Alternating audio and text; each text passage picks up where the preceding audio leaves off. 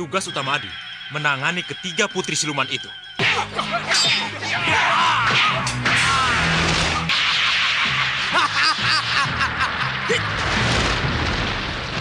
Pergilah ke Parangku Barjo.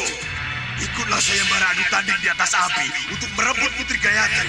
Semoga bekal ini berguna dalam adu tanding nanti. Apa? Malwapati kosong? Di awal episode ini, kita langsung menuju Saopitu, di mana Prabu Baka baru saja mendapat laporan dari telik sandinya bahwa Malwapati sedang kosong dan hanya dijaga oleh Senopati Dharmayuda, Suliwah dan dua temenggungnya. Sedangkan Prabu Angling Dharma dan yang lainnya sedang menuju kerajaan Parangkubarjo untuk memenuhi undangan dari Pangeran Paranghasta serta Putri Gayatri. Hal itu tentu saja membuat Prabu Baka terkejut dan sangat senang karena dengan demikian ia akan mendapat kesempatan besar untuk menyerang dan merebut Malwapati dari tangan Angling Dharma. Apalagi di saat itu Segaun Lanang dan ketiga putrinya telah kembali dan bergabung dengannya. Maka Prabu Baka pun memutuskan untuk menyerang Malwapati di saat itu juga. Kita kobarkan perang untuk menghancurkan Malwapati!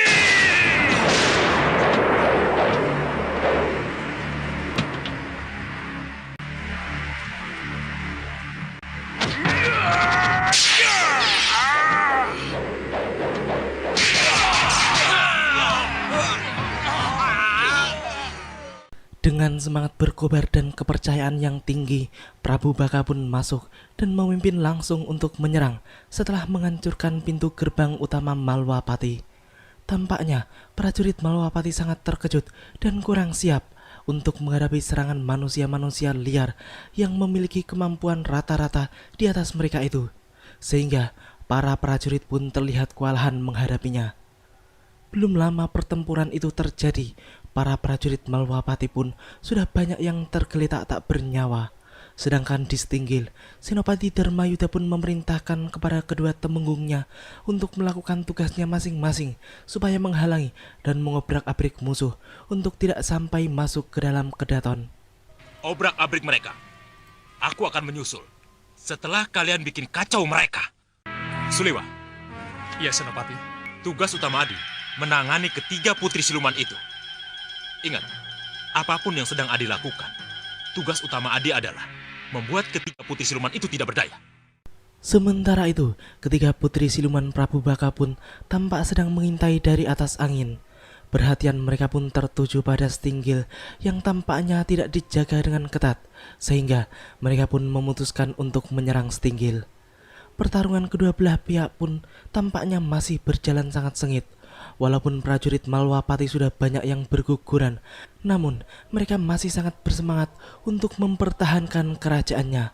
Apalagi kini jumlah prajurit Malwapati semakin bertambah karena para prajurit pelapis sudah keluar dan ikut menyerang. Prabu Baka yang melihat prajurit Malwapati yang semakin bertambah itu pun kemudian menyuruh Segaun Lanang dan Ki Payung Sarogo serta anak buah demitnya untuk menyerang supaya mereka bisa lebih cepat mengalahkan musuhnya. Namun, dugaan mereka ternyata salah besar, karena tak lama berselang, pasukan Temunggung Prabaskara dan Katiwanda pun datang untuk membantu, sehingga kini mereka lebih kerepotan lagi.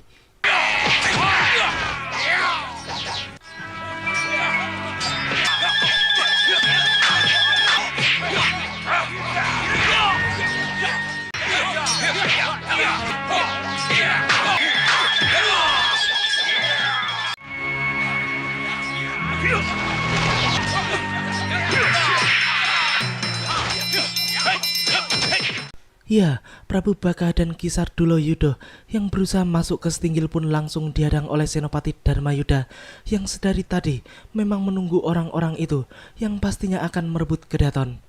Suliwah pun juga telah terjun ke arena pertempuran untuk membantu meringankan beban prajurit Malwapati. Sedangkan Senopati Dharmayuda ternyata bisa menggempur Prabu Baka dan Ki Sarduloyuda sehingga kini mereka menjauh dari Stinggil. Akan tetapi, tak lama berselang setelah itu, giliran ketiga putri Prabu Baka yang akan masuk ke Stinggil. Namun ternyata mereka harus dihadang oleh Lokahita, Padmasari dan pria mitra yang baru saja tiba di Malwapati. Ditambah lagi Sodawirat yang langsung mengobrak-abrik pasukan Prabu Baka. Ya, sangat luar biasa. Keadaan pun berbalik. Kini pasukan Prabu Baka harus terpukul mundur tak berdaya.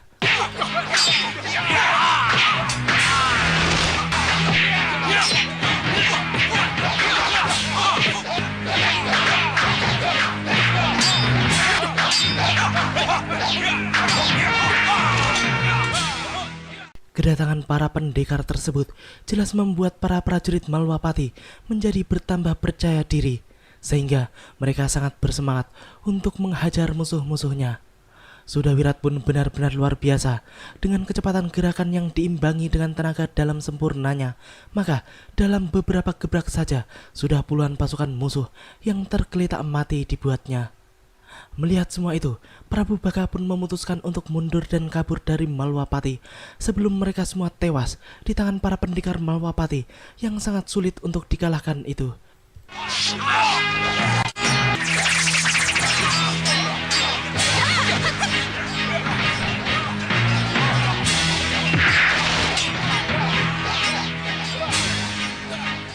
Kita sudah terkepung. Mundur! Mundur! Mundur semua!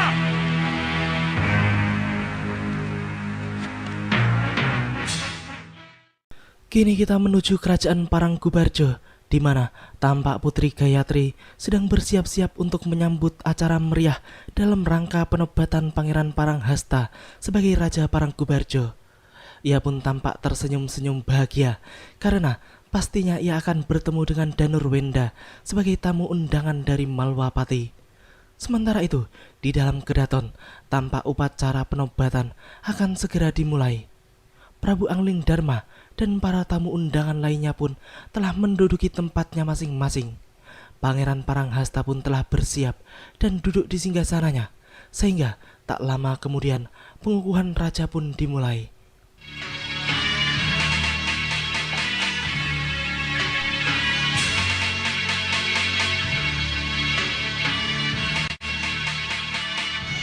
Dan disaksikan oleh kini sepuh serta para tamu agung negara sahabat.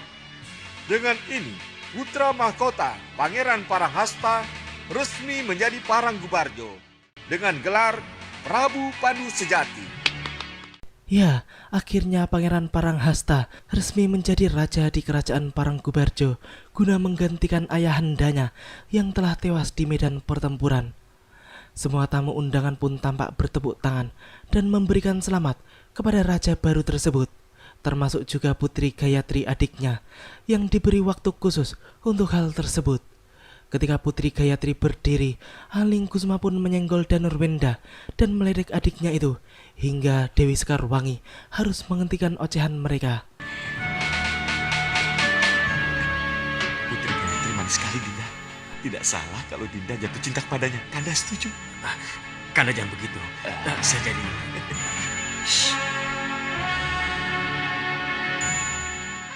Putri Gayatri sendiri pun tampak tersenyum dan tersipu malu ketika melihat Danurwenda yang tepat berada di depannya. Sepertinya rasa cintanya kepada Danurwenda bertambah besar. Dan setelah acara tersebut, Putri Gayatri pun membawa Danurwenda untuk menjauh dari yang lainnya karena ia ingin berbicara empat mata kepada putra Prabu Angling Dharma itu.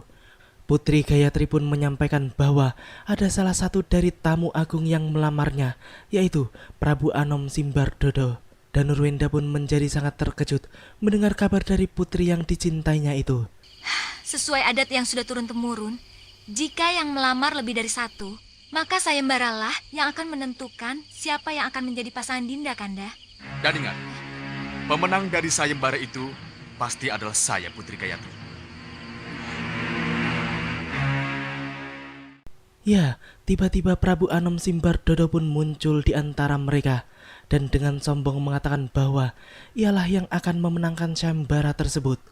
Putri Gayatri pun terlihat sangat terkejut dengan kehadiran raja itu, karena itu berarti pembicaraannya dari tadi juga telah didengar oleh Raja Simbardodo tersebut. Raja itu pun kemudian menjelaskan mengapa ia yakin bahwa ia akan menang di sayembara nantinya, yaitu karena ia mempunyai aji pengobar api yang akan membuat lawannya terbakar ketika bertarung dengannya. Ia pun kemudian langsung memperagakan ilmu andalannya itu di depan Danurwenda dan Putri Gayatri.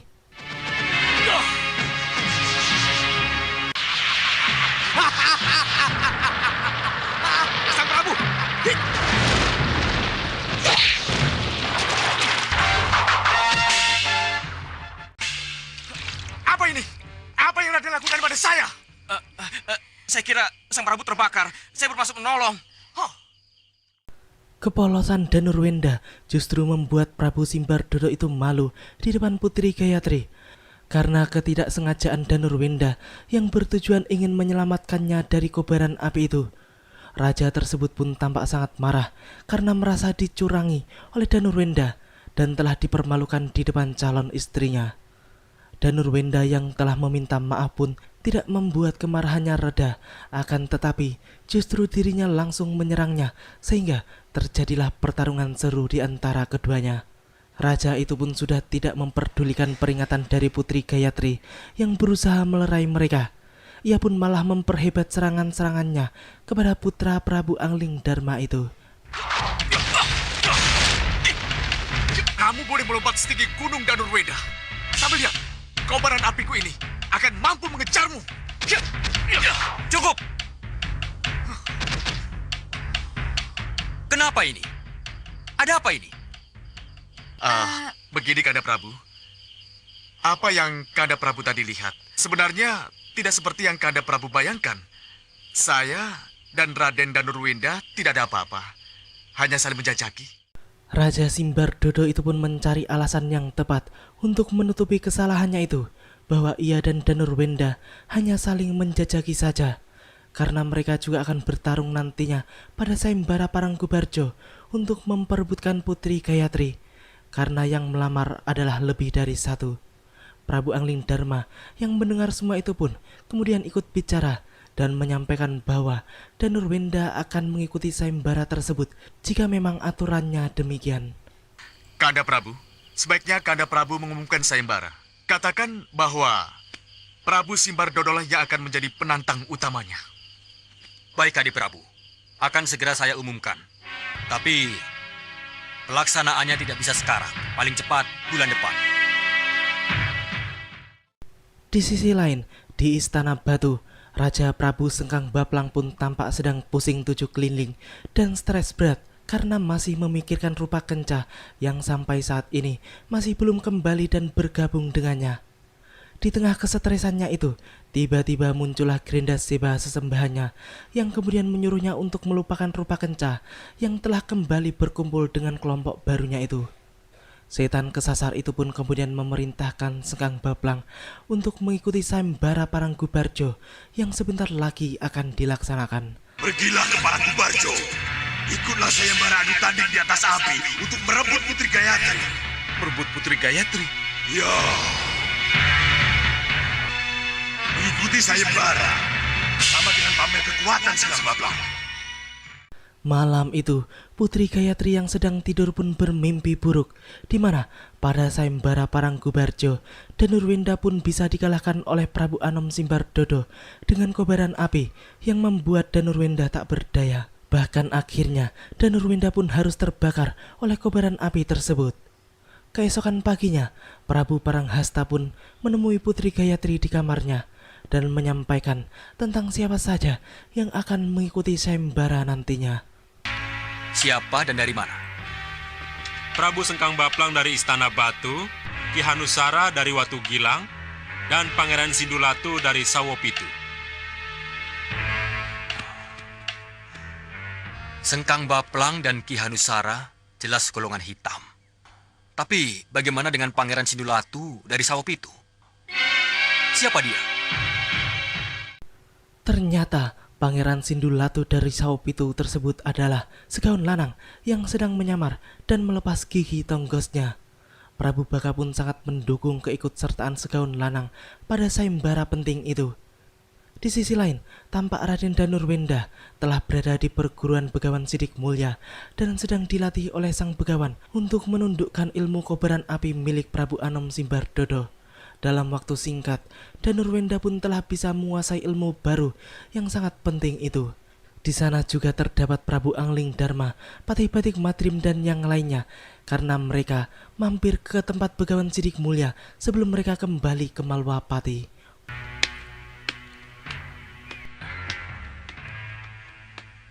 Terima kasih, Begawan.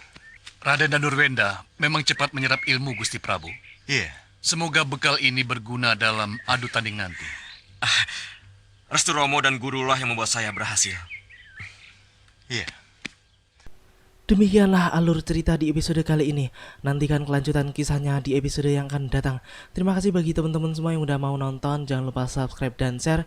Wassalamualaikum warahmatullahi wabarakatuh dan salam anak 90-an. Kamu tidak perlu khawatir, Raden. Uakmu, Ramaja Gandhi, Pangeran Angnikusumara Kandamu akan mendukungmu. Kamu pasti jadi pemenangnya.